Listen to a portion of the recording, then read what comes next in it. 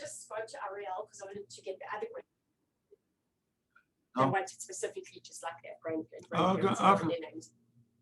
Okay. Because her father's, I think her father's wife's not Jewish and this and that. That's just her mother's decision. Okay. That was it. Okay, fine. So, Okay, good. So is all the others okay, do you think? Oh, there's also unveiling. This Sunday morning is an unveiling of two people. Find out if they want their names on. Okay. Newfield said they did want. Newfield having an unveiling for their mother, Leah Levy. And also there's also unveiling from Wolfson, Siegel. Siegel, Okay, yes. so just make a note of that, and you get back to me. Okay.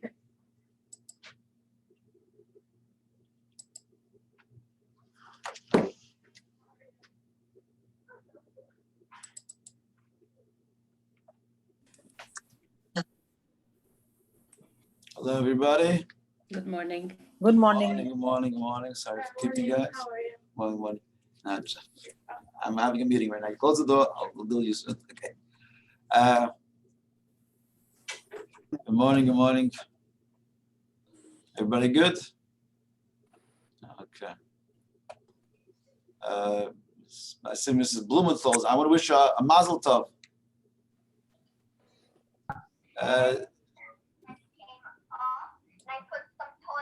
We have someone has a 90th birthday, or what is it? That's funny. Yeah. Well, because it's so. Okay. You know what? I'm just gonna put it on the thing. Can you guys hear me? Give me a thumbs up if you can hear me. Okay. Very good. Okay. Let's go wait another minute or so.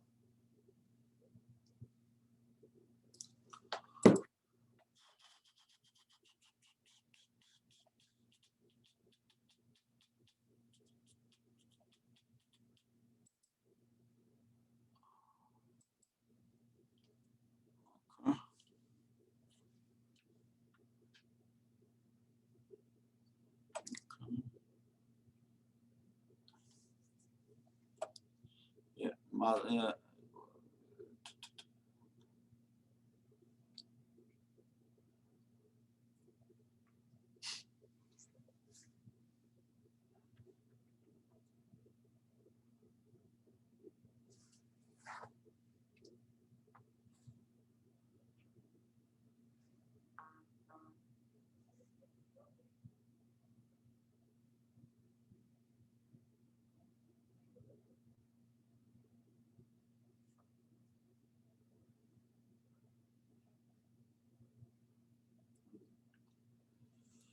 Okay, everybody. We're ready to start, ready to rock and roll. I'm sure everyone's having a good week. Just gonna get one more little thing going over here. Oh, other customers coming in. Okay. Welcome.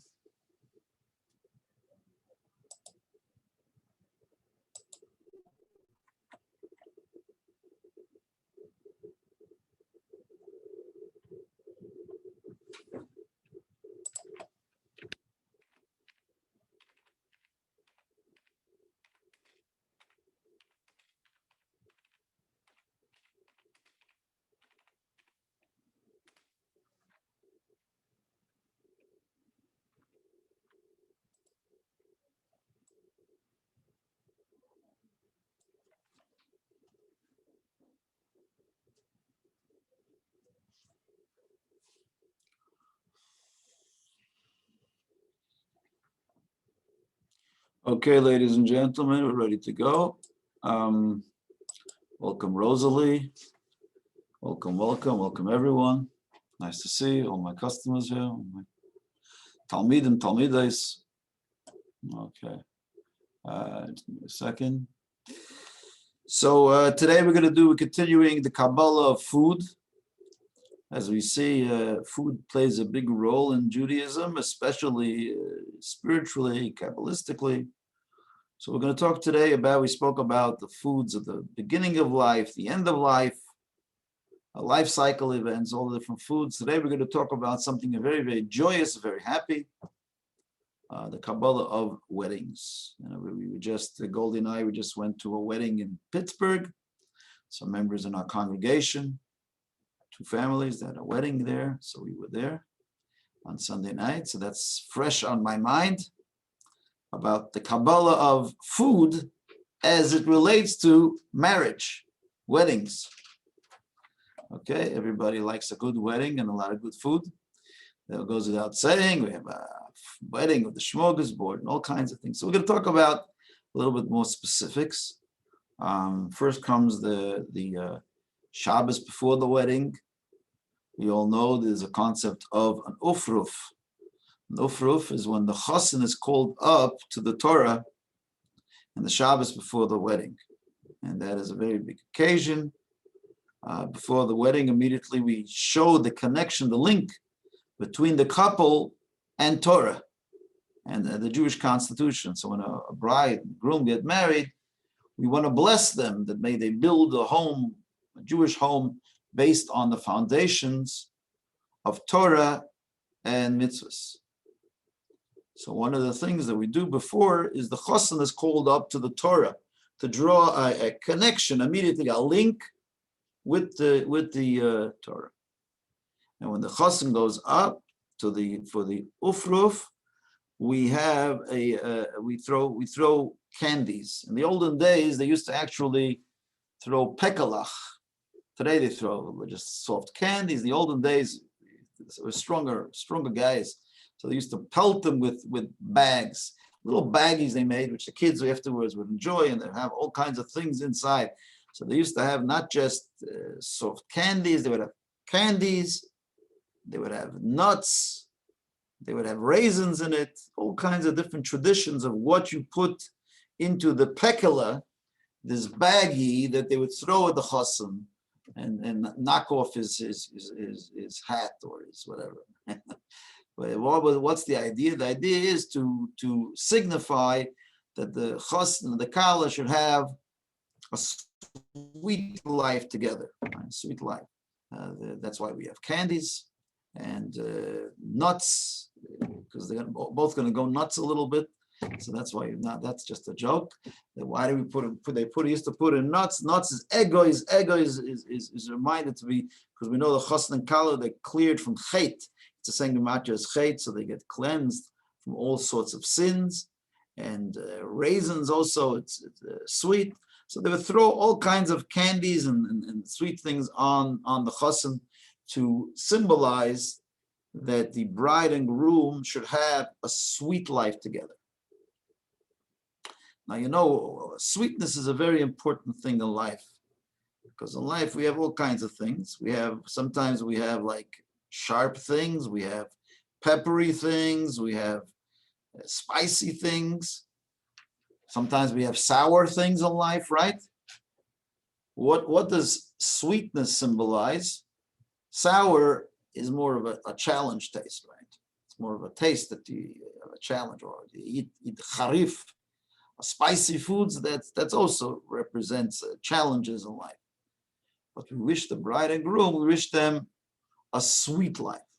What's sweetness? Sweetness is, children like sweet foods because they don't like challenges. They like it when you put it in your mouth, the candy, right away you taste the niceness of it.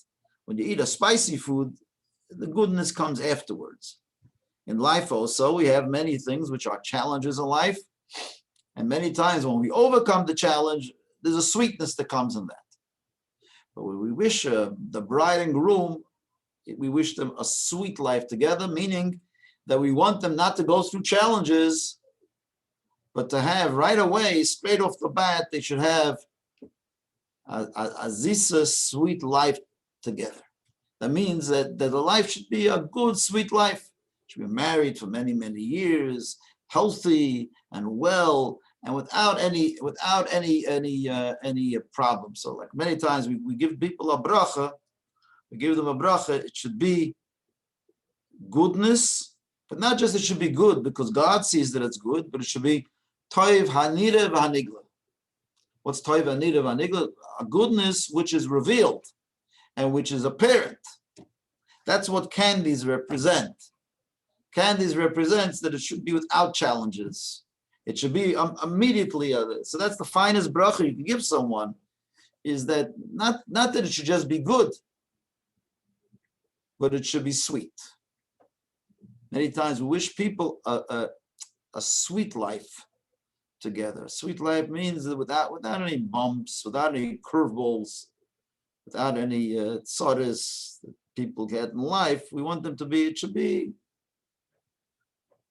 like we say, King David says, Almei menuchot yinahaleni. It should be pleasant waters. It should be like, you go on the water, it shouldn't be a storm, it should be, everything should be in sync. So that's the bracha we give to the chassan and kala.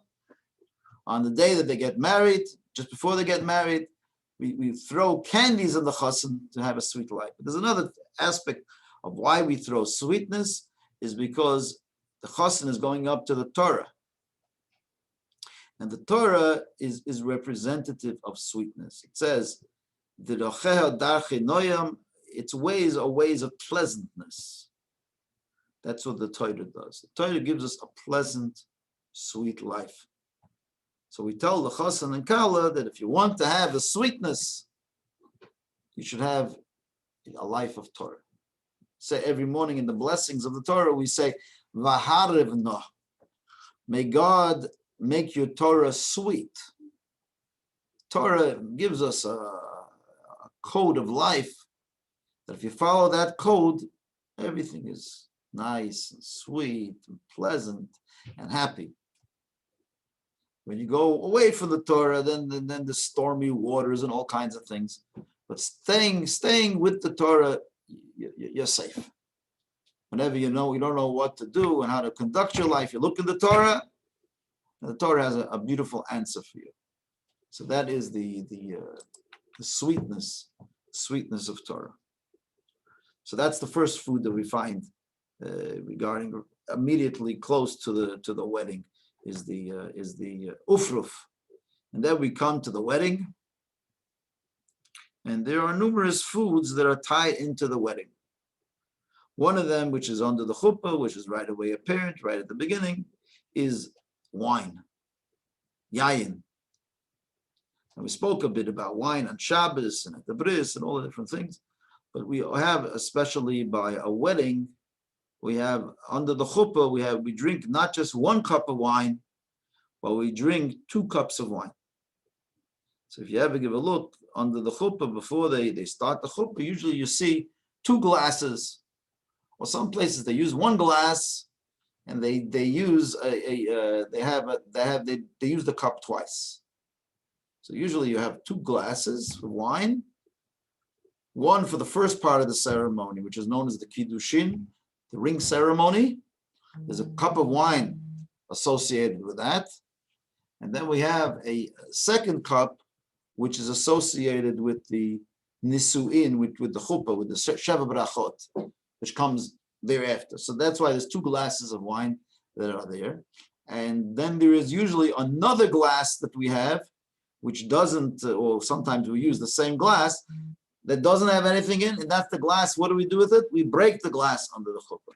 So there is, but the thing we want to talk about a little bit about is about the concept of wine.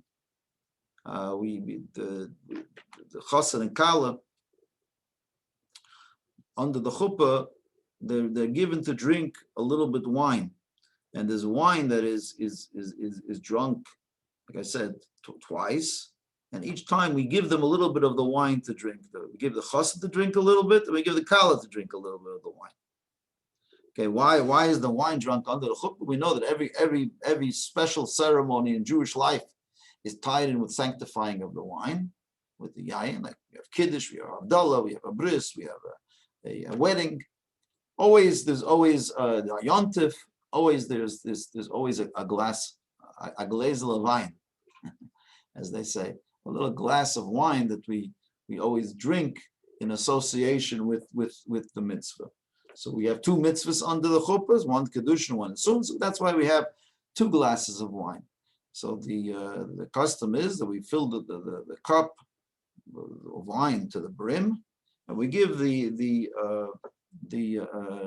chassan and the kala, both of them, to drink a little bit. Now it's fairly hard for the chassan kala because it's customary that the chassan and kala, they fast on the day of their wedding, because that day is considered like their Yom Kippur, like their day of atonement.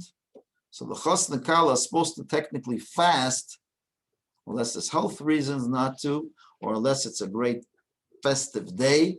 They're supposed to fast until they drink, they break their fast. First thing they put in their mouth, of course, it makes a lot of sense. First thing they put in their mouth is a little bit wine.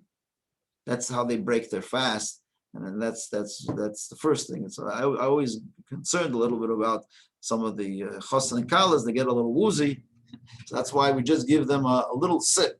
We don't give them to drink the whole cup. Sometimes someone else is given afterwards to finish up the cup, because you're supposed to drink up more than half of the cup. So that's why we usually pass it around to other people to finish it up, so they should have the Boire Pri Agofen. Now the bracha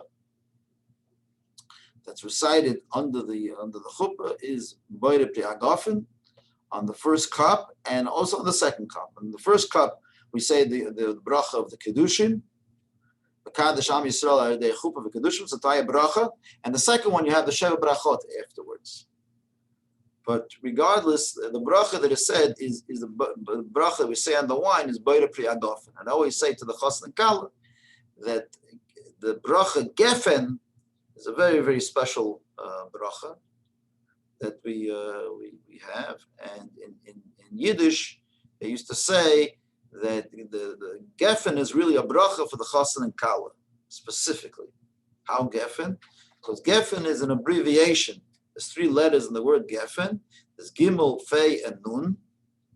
And we always say that it's an abbreviation for gimel for gesund, which is health. Pei is for parnasa, which is wealth, and nun for nachas. So we wish the chassan and kala under the chuppah 2 times. We wish them boire pri hagrafen. May you merit to have gesund, health, pei, parnasa, and nun, nachas. Please God to have a lot of children, to make a living first, and to have a lot of children in the house. So you have all the brachas, all implicit in the bracha of Boire Pri Hagefen, which is said 2 times under the chuppah. I think I once shared with you a story, but I'll share it again. Many years ago in California, there was a Rabbi Astulan, who was trying to build a Chabad house. It was a very small Chabad center in Fairfax. And he wanted to build a Chabad house. He was looking for potential donors. And he couldn't find, he was having a very hard time to open a building. He used to have a center there for Russian Jews. And he was trying to help out the Russian Jews. So he had a small little place. He wanted to make a nice, beautiful shul. So he went to the Rebbe for a bracha. Lubavitcher Rebbe. He went up to the Rebbe. Those days, the Rebbe used to meet people by dollars. He used to walk up to the Rebbe. The Rebbe used to give $1 for tzedakah. With $1, you can't build a shul, but you can get a bracha for the Rebbe. So the Rebbe told him, this fellow, he asked the Rebbe, he says, I'd like to have a bracha for a Chabad house, to be able to build a nice building for the Jews. So the Rebbe says, I'll give you a bracha. You should have the bracha of Boire Pri Hagefen. The Rebbe said, Gefen is an abbreviation for gesund, parnasa, and nachas. So he came, he heard the bracha, the Rebbe gave him a bracha. Parnasa means make a good living. So he said, okay, Baruch Hashem, I'm going to do well. Anyways, he comes back to his shul, and he has the Rebbe's brachas now for the building, but he doesn't know where he's going to go, where he's going to find. So that Sunday morning in shul, he gives a look and he sees a new face walks into the shul. So he asks somebody, who is this fellow, this new guy in shul? So he says, someone tells me, never heard of this guy. He's a famous guy. It's Los Angeles. So they ask for who's the guy? He said, you never heard of him? He's the famous movie producer. He's from a company called DreamWorks. His name is David Geffen. You never heard of him? He says, no, he doesn't know. I never heard. But then he heard the name Geffen. This is bing, ding. He reminded himself, the Rebbe gave him a bracha by the Priya Geffen. He said, oh, Geffen. So he went over to him, he embraced him, he said, oh, you're my savior. The Rebbe gave me a bracha about you. He says, what? He says, I'm trying to build a building and I have nobody to help me. And the Rebbe told me Geffen, and your name is Geffen. So then David says, sure, I'll help you out, Rabbi. You really want to build a building for the Russian Jews who arrived from the Soviet Union? Yeah. He said, okay, I'll give you, and he gave him, I think, $1 million for his building, and that started his building campaign. Those days, $1 million was able to build you a lot. Today, $1 million, I think, can build you maybe a bathroom or something. One stall in the washroom. But those days, $1 million was a lot of money. And with that, he put up a beautiful building. He was at Fairfax. I think he built a building on La Brea, very nice Chabad center, and go see it. It has the name, I think, of David Geffen's parents on the building. So that's the bracha of Geffen. So whenever you say Boire Priha Geffen, remind yourself of David Geffen. But the brachas of Gesund, Parnasa, and Nachas. So this is what we bless the Chasna Kala. We give them each a glass of a little bit of the wine, and usually I get the parents. They usually pick up from the bride the veil on the mothers, and then she places a little bit of wine underneath. And Chasna, you give a little drop, and they both drink, and then that becomes Kaisha Bracha. It becomes a cup of blessing. It's a mitzvah cup, the mitzvah of Kedushin, mitzvah of Nesuin. So that is the concept of that's the food, the main food that you have under the chuppah. Then we go from the chuppah, we go to the yichud room. Remember, the chasna and kala, they break their fast when they come into the room over there because they just had a taste of wine. So usually the caterer prepares for the chasna and kala after they go from the chuppah, they go to eat something. They usually have something for them to eat. So I don't know why, what the spiritual significance of sushi is. I don't know. Every time I go in, they're always giving them sushi. So I guess there must be some spiritual significance in sushi, because every yichud room, there always is a little bit of sushi. It must be the Japanese influence on the Jewish people. They go in there, every time, a beautiful plate of sushi. And the rabbi goes in there and brings the chassan kala in. The parents bring the chassan kala in. They sit down and they sit in that room for 5-6 minutes for it's called the yichud room, the moment of union. But usually there's a plate of food for the chassan kala to eat something inside. Then we go afterwards. We go to the big reception. There's always supposed to be a reception. Now the reception is not just a side game. It's a sudas mitzvah. It's a meal that's a mitzvah. And many people think, well, it's just because people have to eat. No, the meal is a big mitzvah, and afterwards we do the sheva brachas and the benching at the end. But the meal at a wedding is a big sudas mitzvah, and it's one of the oldest traditions of the Jewish people to have a meal for the people that come, and the family usually sponsors the meal, obviously, at the wedding.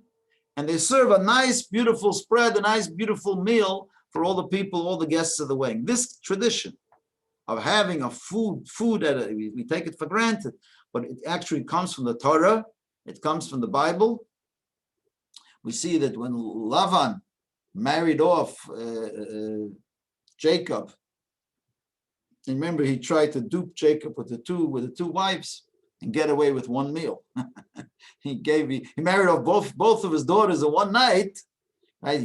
He thought he was marrying Rachel. He gave her Leah, and then later he gave Moshe Rachel. But he tried getting away with one meal for both daughters. So it says that Lavan made a festivity. He made a big mishta for all the people that were living there. The word that's used in Hebrew always for a festive meal is the word mishta. See that throughout the Torah, the word mishta means a drinking, shtiyah, comes from shtiyah, right? But that's the name we always use for a big festive meal, I guess, because of a festive meal, you have nice drinks that come with it. So it's not just the achilah, but it's also shtiyah, mishteh. A mishteh is a ball, a feast that everybody gets to eat and to drink. And that has always been, like I say, that tradition of the wedding meal is thousands of years old. And not only that, the custom has always been to bring in poor people into the meal. I know in New York, Crown Heights, always all the people, the street people, they used to come. Used to have a table for them. Over here you don't see it so much, but those in New York, I remember always the people who were like Nebuch, who didn't have places to stay, places to live. They always went to the weddings, and there always was a big thing. At a wedding, they had a table there for people who were like street people, who were off, who were like didn't have a home to eat. And I remember they used to come there, the street people. They used to put stuff into their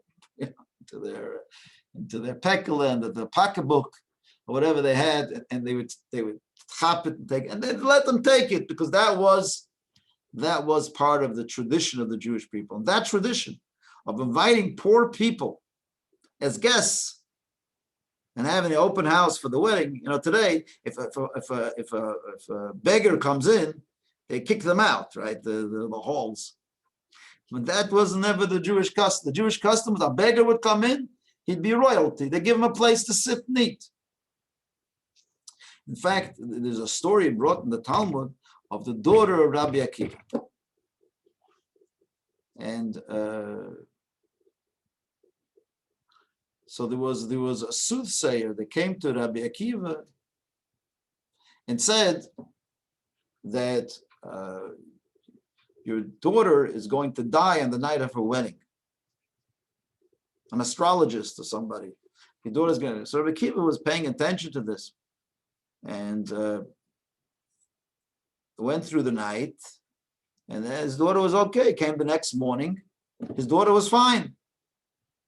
So he came the next morning. He came to his daughter's room, which she just got married,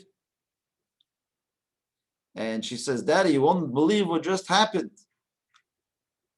I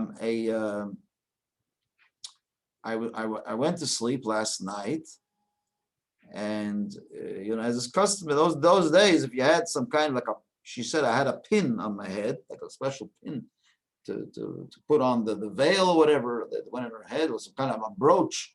They used to wear different brooches, maybe. She took the brooch and she put it into the wall, like the wall. Those days, you like pin it into the wall. And in the morning, when she took out the brooch, a snake was attached to the brooch.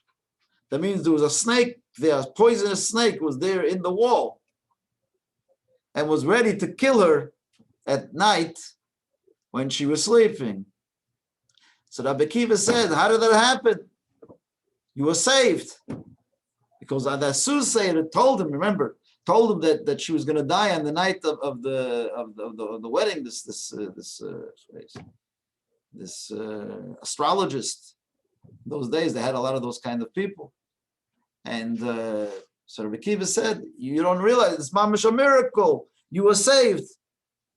He asked her, "You must have done something, some kind of good deed that saved you from death, from the imminent death that you were destined to have." He asked her, "What did you do? Did you do a good deed last night?" She says, "Yes, I did something good last night. I was sitting there, we were eating, and I noticed there was a beggar that was standing on the side. He didn't have what to eat. So I went over to the beggar, I gave him to sit down, and I gave him a whole plate of food, and I gave him to eat." So Rabbi Akiva says, that's the good deed that you did, and that saved your life, because you were really destined to die that night. And because you did the good deed, you were saved. And Rabbi Akiva then coined the phrase, "Tzedakah tatzil mimavet," that charity saves a person from death. And so this was the story of because she placed the pin She placed the pin into the wall and killed the poisonous snake. Because what? Why was she able to save herself? Because she helped a poor person that the night of a wedding, while everybody was busy dancing and making her happy, she could have ignored it. No, she went and she gave a special plate to the poor man that was at her wedding. So the Kiva says, tzedakah, charity, tatzil mimavet, will save a person from death. So here we see a reason why I'm telling you this whole story. What's so important about the story? The story comes to teach us that at Jewish weddings, there always were poor people, and it was always a great mitzvah to give them to eat at the wedding. So the wedding is a big simcha for everybody, but it's especially a simcha for the, what do we serve at the wedding? Well, we go to a Jewish wedding, we serve a little bit of everything. But the traditional way is always not to have a dairy wedding, but to have to serve meat. It's based on the Talmud. The Talmud says that the sacrifices were made for meat, and simcha ein simcha ela b'basar and simcha ela b'yayin. It says that joy, when you have a joyous meal, you're supposed to have meat and wine. Now, obviously, if someone's a vegetarian or whatever, that causes them pain, so then you don't eat it. Like on Shabbos also, if it causes you pain, you don't eat it. But you can get away with it. But generally, the Jewish tradition has always been to have flesh at a wedding, and also to have wine. So we spoke before a little bit about wine. I know some people sometimes have dairy, or some people say if you serve fish, that's like in the place of meat. You can have a meaty fish. So you can have fish for the meal. But the custom is generally to have, and then it's traditional. A lot of people don't know this, that a chassan and kala, they rejoice for 7 days. The chassan and kala, by the first marriage, when they're supposed to take off for a week, and it says the community prepares meals for the chassan and kala for 7 days. And that's known as the week of Sheva Brachot. Sheva Brachot is the 7 blessings that we recite over wine at the conclusion of the meals, just like we did under the chuppah. At the night of the wedding, we do Sheva Brachot on a glass of wine we drink with the 7 blessings. But it's customary to eat for 7 days, to have at least one festive meal every one of those 7 days after the wedding. We count 7 days. So if the wedding was, let's say, at night, so let's say if the wedding was, let's say, Sunday night, so it goes till Sunday the following week, right? Depending on if the wedding was after sunset, right? So you count 7 days. And every day it's customary that people prepare a meal for the chassan and kala, and they have to eat. And at the end, you make a special bracha by the benching on a cup of wine. And afterwards, you give, usually there's 1 cup of wine that you make birkat hamazonon, another cup of wine for the sheva brachot, and then at the end, you mix the 2 cups and you give it one to the chassan, one to the kala, and they drink from the kashel bracha. So that is the general thing. So this is the overall food aspect of associated to the wedding. If anybody has any questions, next week we're going to start a new class on continuation of Kabbalah, but we're going to speak about the Kabbalah of creation. So a little bit of a deeper subject. We're going to talk about the Kabbalah of creation of the world. So we're going to go back a couple of years, and we're going to talk about all the different aspects of the Kabbalah as it relates to the creation of the world. So stay tuned for some fascinating stuff. It's going to be the Kabbalah of Genesis. Yeah. So there's going to be some fascinating stuff starting next week. We're going to announce it, and we'll let you know, because I think I've had too much food, and we're moving away from food. Now we're going to move to something totally spiritual, Kabbalah of the creation of the heaven and earth. So stay tuned for a lot of fun. Anybody have any questions on today's class? Please please feel free to ask. Anybody? If not, we're just going to say,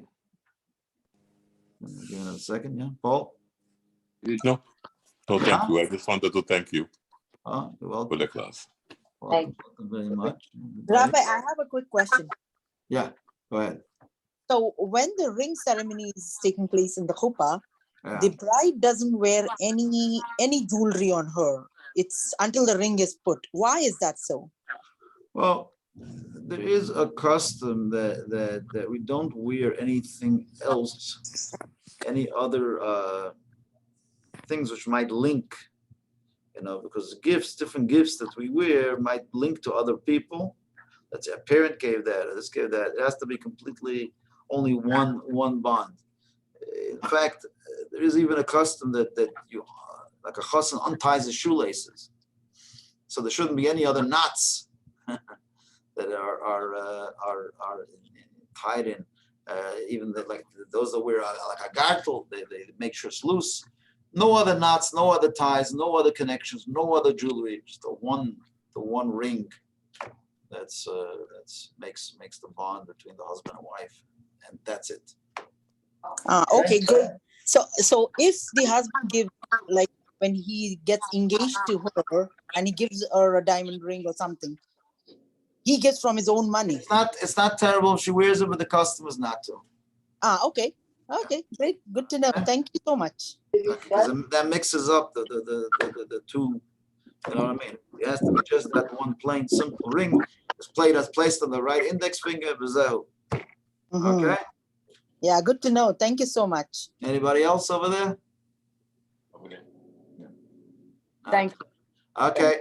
A good Shabbos, everyone. All the best. Take care. Thank you so much.